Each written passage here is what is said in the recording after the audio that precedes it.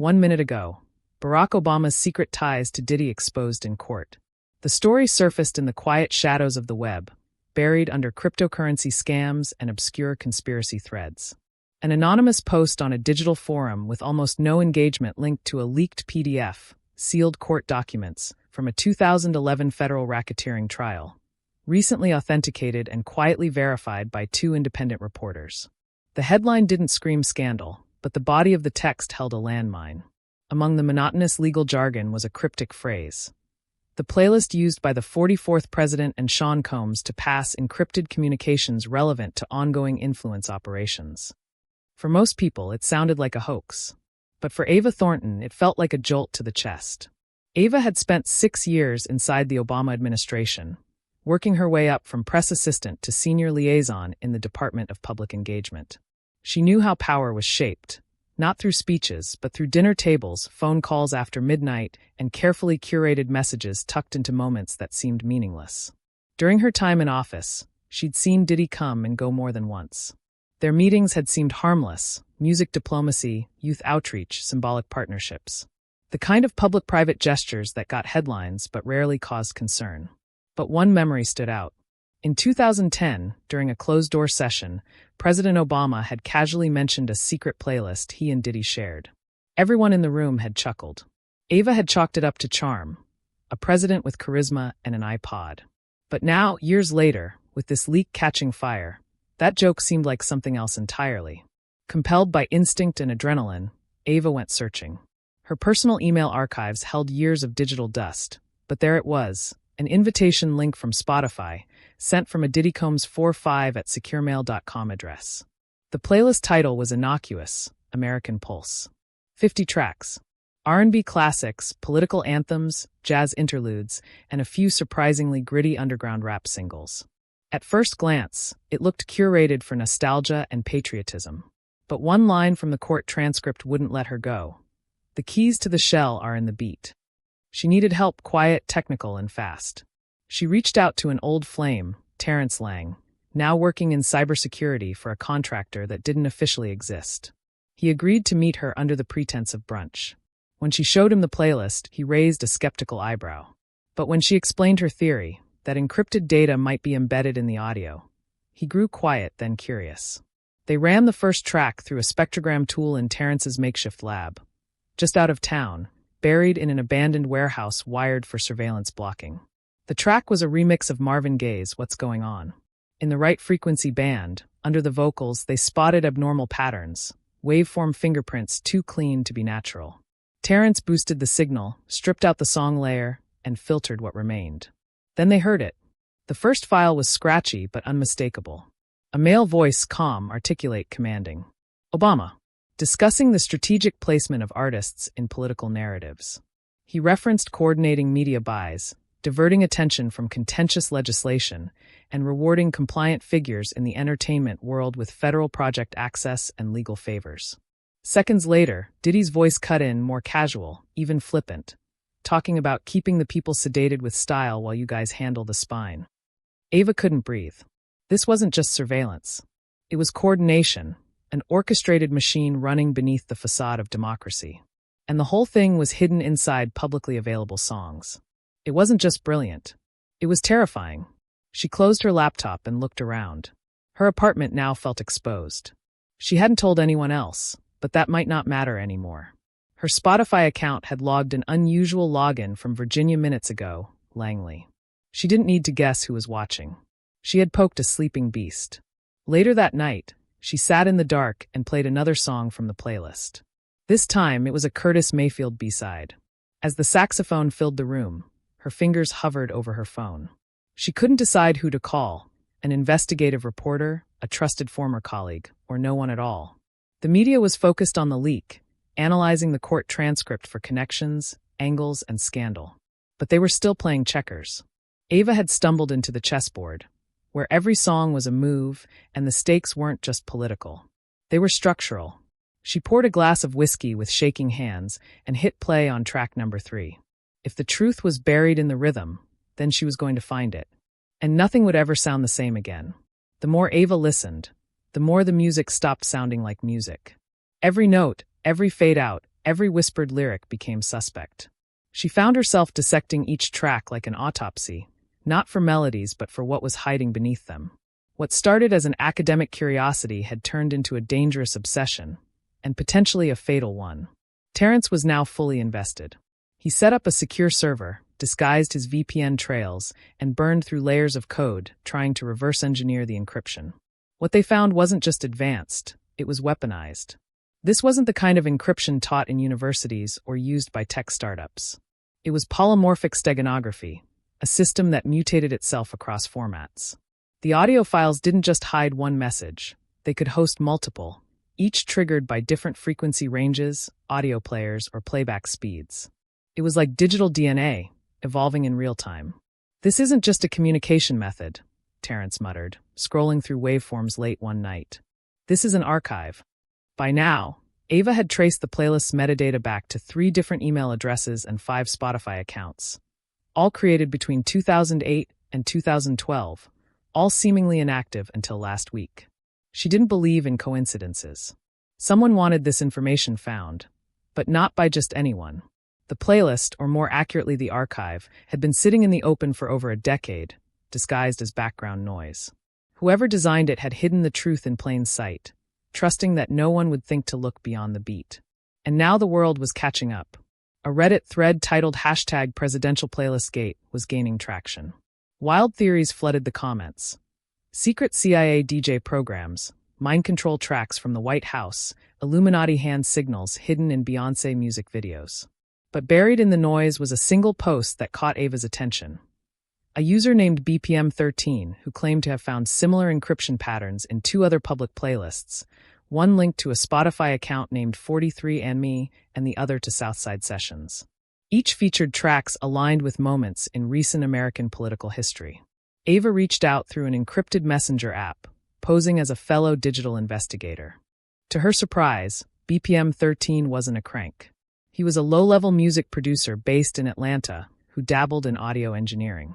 He'd been studying audio anomalies in mainstream music for years, convinced that some records held more than just sounds.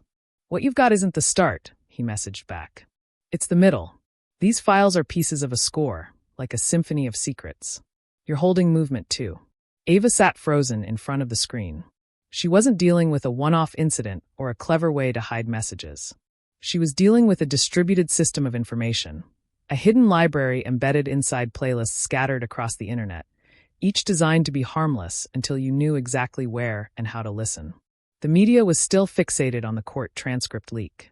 CNN held roundtables with music historians and political consultants, trying to make sense of the bizarre allegations. Obama's camp released a second statement, this time denouncing the rumors as fringe conspiracies born from internet paranoia. Diddy hadn't said a word. His last tweet was 6 days old and cryptic. "Some noise ain't meant for speakers. It's meant for silence." Ava wasn't surprised when her apartment was broken into the following evening. Nothing was stolen, not even her laptop. But a single item had been moved, her coffee mug, rotated exactly 180 degrees. It wasn't a robbery. It was a message. "We see you." That night, Terrence insisted they relocate. They drove to an abandoned safe house, once used by a local journalist group to shield whistleblowers. Ava sat in the corner, headphones on, eyes closed, playing a Nina Simone remix on repeat. This track had something new, another embedded conversation. This time, the voices were unfamiliar. A Hollywood executive, a high-ranking government liaison. The words were chilling. The scandal's contained. "He's not going to press charges. We've taken care of it. He'll get his production deal next quarter." Ava opened her eyes numb. "You know what this is, right?" she said aloud. Terrence nodded. "It's not just about Obama and Diddy. This is systemic. It's showbiz, politics, law enforcement, media, woven together with a soundtrack. It's not one conspiracy. It's a culture." They both knew what that meant. Ava was no longer investigating a leak. She was walking through the corridors of a shadow government, one that didn't operate with memos or encrypted chats, but with radio waves, remixed tracks, and lyrical camouflage. And they were now aware that someone had found the thread. From here on, every upload, every decoding, every song pressed play on a clock counting down to exposure or erasure. She looked at Terrence. "We can't drop this all at once," she said. "It'll be discredited, buried, forgotten. They'll say it's fake. He glanced up from his screen. Then we leak it the way they built it. Piece by piece. Song by song. Ava nodded. We feed the machine the truth. On its own rhythm. And somewhere across the country, another playlist quietly updated. It began with static, barely audible, tucked behind a 2006 B-side track from Common's Finding Forever album. The song, Misunderstood Live Cut, wasn't on the official version of the playlist, but Ava found it nested in a clone playlist under a user handle called @WhisperSignal. The audio waveform was clean, too clean, a telltale sign of artificial masking. Terrence's software pinged instantly. There was an embedded pattern inside the hiss. They scrubbed the track frame by frame. And there it was. A scrambled but decipherable audio recording of a conversation between a major Silicon Valley executive, a media mogul, and someone Ava could swear was a senator from the Senate Intelligence Committee. The voices were distorted by layered loops of piano chords, but once filtered, the words began to break through like ghosts pushing through static. The platform is compliant. We'll bury the trending tab and redirect engagement. Focus on the D-list controversy instead. He gets his series. The DOJ gets their silence. Another voice. He's got names. We need insurance before the award ceremony. Use the foundation. Ava paused the playback. The names they were referencing. One was a beloved actor recently celebrated for his philanthropy. Another was an outspoken activist with connections to multiple political figures. And the final name, it was hers. Terrence's hands froze over the keyboard. Someone tagged you months ago. This isn't about what you found. This is about who they thought you might become. Ava sat in stunned silence. Her role in this wasn't random. The playlist wasn't just a buried artifact. It was a test. Or a trap. Someone had planted these pieces expecting someone like her. Curious, connected, careful. To eventually follow the beat. And now, the media was catching up. A viral thread from a French journalist broke down the steganographic patterns across 5 separate genres, linking them to a rotating cipher model used by a now-defunct intelligence program under the Department of Defense. It was being called the Echo Project, a covert initiative launched during the War on Terror, later repurposed for domestic influence and media manipulation. The twist: artists had volunteered. Labels had participated. Everyone from PR teams to corporate sponsors had bought in. Not because they believed in secrecy, but because they believed in survival. Fame and influence were currency. And whoever controlled the rhythm, controlled the room. With mounting urgency, Ava and Terrence agreed they needed to go public, but not in the traditional sense. Dropping documents would get them shut down. News cycles were too fast, attention spans too short. They needed to use the enemy's weapon against them. So, they created a new playlist. It launched under a fake artist name, Ghost State. The songs were remixes, originals, samples, all layered with hidden messages, confessions, and audio proof. Each track contained a slice of the truth, but carefully woven into rhythm and rhyme. No direct leaks. No clear confessions. Just enough for the right minds to follow. The community that had once followed BPM 13 exploded overnight. Digital sleuths, audio engineers, and whistleblowers began to decode and share the songs like scripture. The playlist was titled Power Frequencies. But not everyone took it as art. By the time track 5 hit 1 million streams, Ava's name was trending. Some called her a hero. Others called her mentally unstable. A few blue-check pundits swore she was part of a long-con disinformation campaign to discredit Obama's legacy. Diddy finally broke his silence on a live stream where he said nothing concrete, but smirked at the camera and played a 10-second loop of a Nina Simone beat remixed into trap. The message was clear: they hear you. And then the takedown began. Spotify removed the playlist within 24 hours of its peak. Ava's social accounts were locked. Terrence's VPN stopped responding. BPM 13's profile vanished completely. But the seed had been planted. Downloads had already been made. Copies were spreading through USB drops, offline torrents, and private Discord servers. The message was alive, no longer dependent on one platform or voice. Ava knew what this meant. She couldn't go home again. She couldn't even show her face. But as she stood on a rooftop somewhere in Detroit, hoodie up, burner phone in hand, she watched the sunrise and smiled. The system they'd built to control the narrative had failed to predict the one thing they couldn't silence: resonance.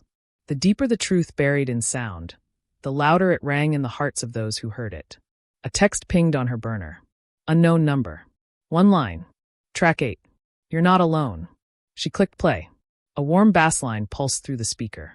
The vocals were soft, but the message was sharp. We see what they sold, but we know what they stole.